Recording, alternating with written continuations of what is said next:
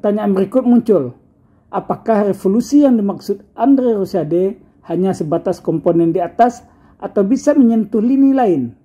Misalnya, ada peluang untuk menyigi keberadaan CO Semen Padang FC. Revolusi besar akan dilakukan. Secara internal tim, statement tersebut bisa saja mendatangkan bahaya baru bagi keutuhan tim di sisa laga putaran pertama. Dalam kondisi saat ini, manajemen tim memiliki momentum untuk menguji tingkat kecintaan fans, pecinta, termasuk masyarakat Sumatera Barat maupun orang Minang di rantau. Apakah hanya cinta di mulut saja atau cintanya benar-benar utuh?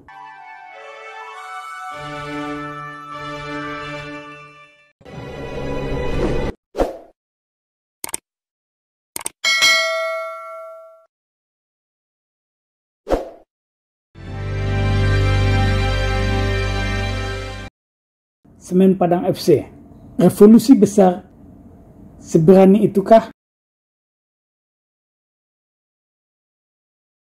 Assalamualaikum warahmatullahi wabarakatuh. Bin Sana Firdaus Abi. Pelatih sudah diganti, main sudah di kandang, rumput lapangan sudah oke, tapi mainnya antah berantah. Kalah 1-8 merupakan kekalahan terburuk Semen Padang FC di Liga Lokal sejak tim ini berdiri 30 November 1980. Tim ini sudah layak untuk cuci gudang sebab target awal cukup tinggi, 8 besar. Semen Padang FC mengawali debutnya di Liga Sepak Bola Indonesia saat tampil di Divisi 1 Galatama musim 1982-1983. Tim ini langsung promosi karena tampil sebagai juara. Aprius menjadi pencetak gol terbanyak. Saat itu ada dua jenis kompetisi sepak bola di Indonesia. Pertama, kompetisi Galatama diperuntukkan kepada tim yang semi-pro. Konon, Malaysia dan Jepang mempelajari kompetisi Galatama ini untuk dikembangkan menjadi liga profesional di negaranya. Kedua, kompetisi perserikatan diperuntukkan untuk bonden atau tim yang identik dengan daerah. Kompetisi perserikatan jauh lebih tua dibandingkan Galatama. Awal mengarungi divisi utama Galatama tahun 1983-1984, Galatama Semen Padang menempati peringkat kelima di wilayah barat. 11 tahun kemudian, kompetisi Galatama dan kompetisi perserikatan digabung jadi satu. Hingga sekarang. Ketika itu, Semen Padang berada di peringkat 5 wilayah barat. Kompetisi yang kini dijalani merupakan kali ke-37 Semen Padang FC berpartisipasi.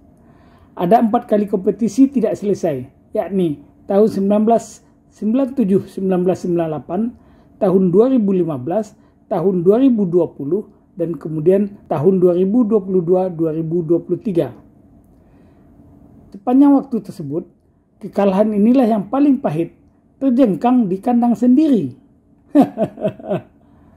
Memang, Semen Padang pernah membawa hampir selusin kebobolan dari Yokohama Jepang.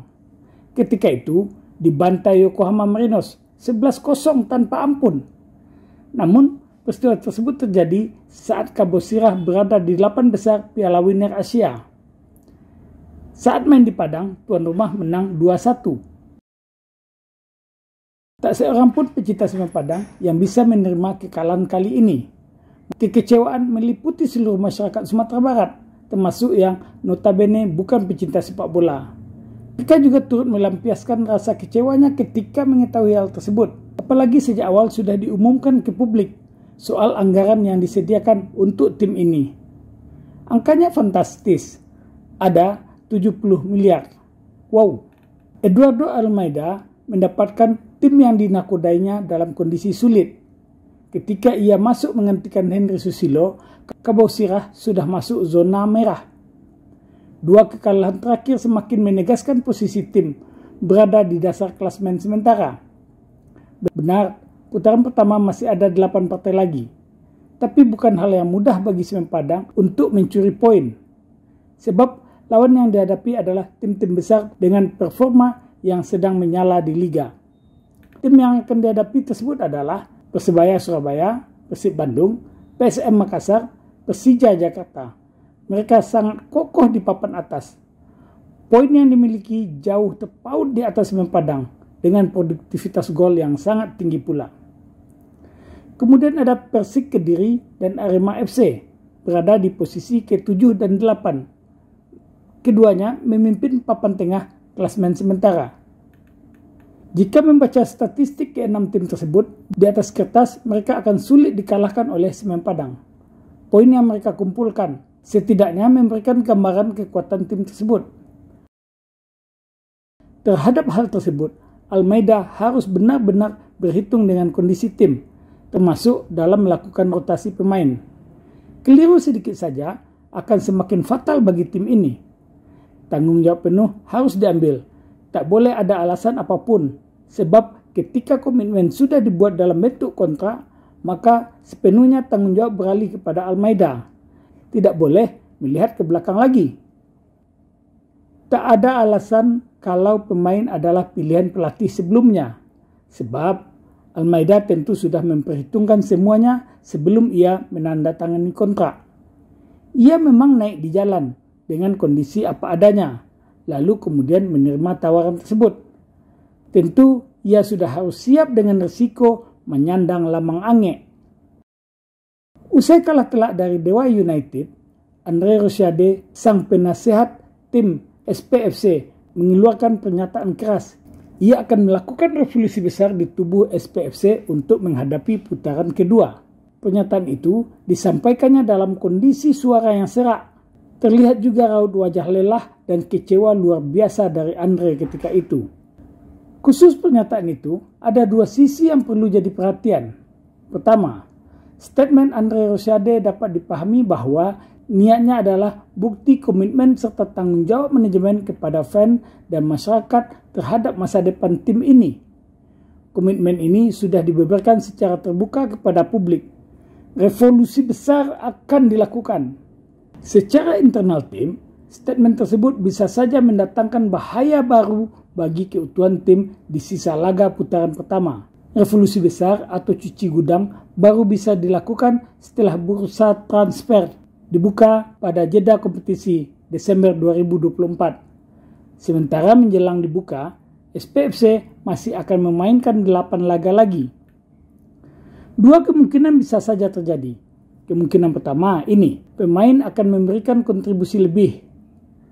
Tapi, kalau gantangannya sudah setakaran yang ada selama ini, maka mereka tidak akan bisa memberikan kontribusi lebih. Sehingga kemungkinan kedua bisa saja terjadi.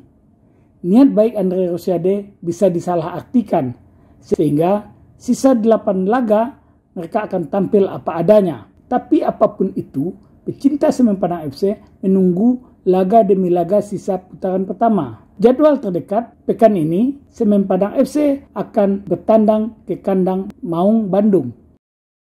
Saat ini, Persib Bandung berada di peringkat keempat dengan poin 16 dari 4 kali menang, 4 kali seri, tak pernah kalah. Kedua, rencana revolusi besar tentu disambut baik pecinta SPFC.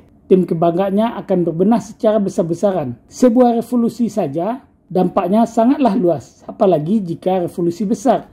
Langkah luar biasa itu sangatlah ditunggu oleh masyarakat pecinta sepak bola Sumatera Barat maupun di rantau. Jika memang revolusi besar dilakukan, maka pemilik PTK Bausirah harus melakukan tanpa tebang pilih. Pemain yang tidak berkontribusi maksimal, pemain yang mengakali kondisi, indisipliner, tidak memiliki attitude yang baik, sudah harus dipilah sejak sekarang. Sekaligus langsung pula dipantau dan dicari alternatifnya oleh Almeida, sesuai dengan game plan yang akan dimainkan. Hakikatnya sebuah tim sepak bola, pasukan di dalam tim tersebut harus disusun dan ditetapkan oleh pelatih kepala dan direktur teknik.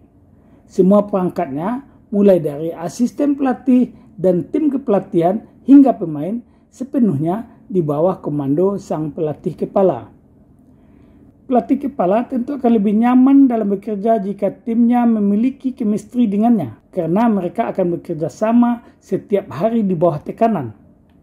Pada banyak kejadian, tak jarang atau bahkan masih ada manajemen tim seperti direktur klub atau manajer yang ikut campur dalam menentukan hal-hal tersebut. Malahan perangkat kepelatihan sudah ada sebelum pelatih kepala dan direktur teknik ada. Lebih parah lagi, ada pemain yang sudah ada sebelum pelatih ditetapkan. Jika masih ikut campur dalam urusan tersebut, mengapa harus dipakai juga pelatih kepala? Mengapa? Percayakan sajalah kepadanya. Atau apakah memang pelatih kepala hanya akan dijadikan boneka untuk memenuhi hasrat tertentu? Kalau itu, lain lagi. Di luar perangkat tim kepelatihan dan pemilihan pemain, hal penting lainnya yang perlu diperhatikan adalah kenyamanan tim dengan pihak luar. Hal ini harus terkomunikasikan secara baik. Jika tim yang berada di bagian ini tidak pandai berpandai-pandai, maka daya rusak tim bisa melalui celah ini. Kendati daya rusak ini datang dari luar, sesungguhnya berawal dari ketidakberesan internal itu juga.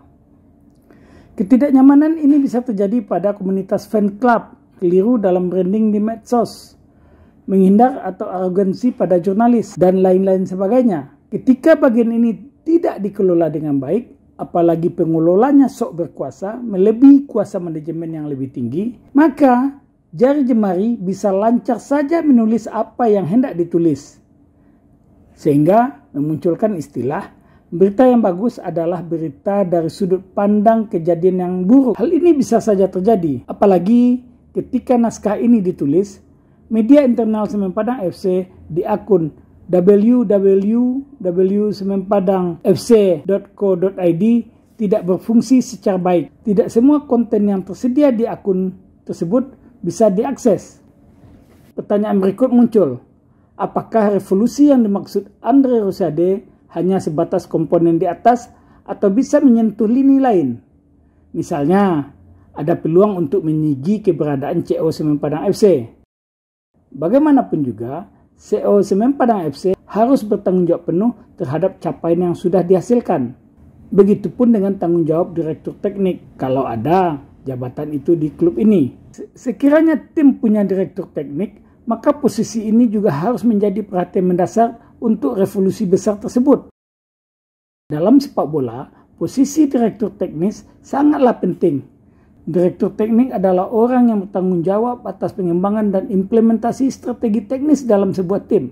Perannya meliputi manajemen tim, rekrutmen pemain, analisis pertandingan, pengembangan teknik, dan kolaborasi dengan pelatih kepala. Jika tidak ada, tentu sangat naif sebuah klub liga tidak memiliki direktur teknik.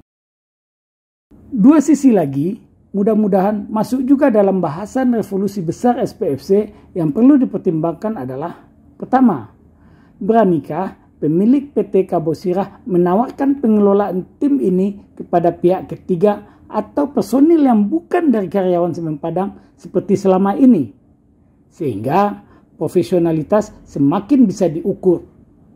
Hal ini bisa saja terjadi sebab tim ini sudah berbadan hukum perseroan. Kedua, dalam kondisi saat ini, manajemen tim memiliki momentum untuk menguji tingkat kecintaan fans, pecinta, termasuk masyarakat Sumatera Barat maupun orang Minang di rantau. Apakah hanya cinta di mulut saja atau cintanya benar-benar utuh? Selama ini mungkin bisa dihitung jari mereka yang cinta lalu berkontribusi secara nyata. Bukankah tim ini sudah memiliki badan hukum perseroan? Mengapa tidak dicoba melempar sahamnya ke publik, sehingga dapat dijadikan sebagai salah satu acuan atau untuk cek ombak melihat antusias kecintaan yang hakiki kepada tim yang selama ini disebut-sebut mereka cintai, disebut-sebut mereka banggakan. Malahan ada pula yang disebut sebagai harga diri orang Minang atau Sumatera Barat. Jika hal tersebut direspon masyarakat Sumatera Barat atau orang Minang, maka akan menjadi kekuatan baru bagi SPFC untuk menatap masa depan yang lebih baik. Tak salah kemudian kalau ada yang mengatakan, takkan pernah putus cinta kami kepada SPFC. Kita tunggu revolusi besar SPFC. Sampai jumpa.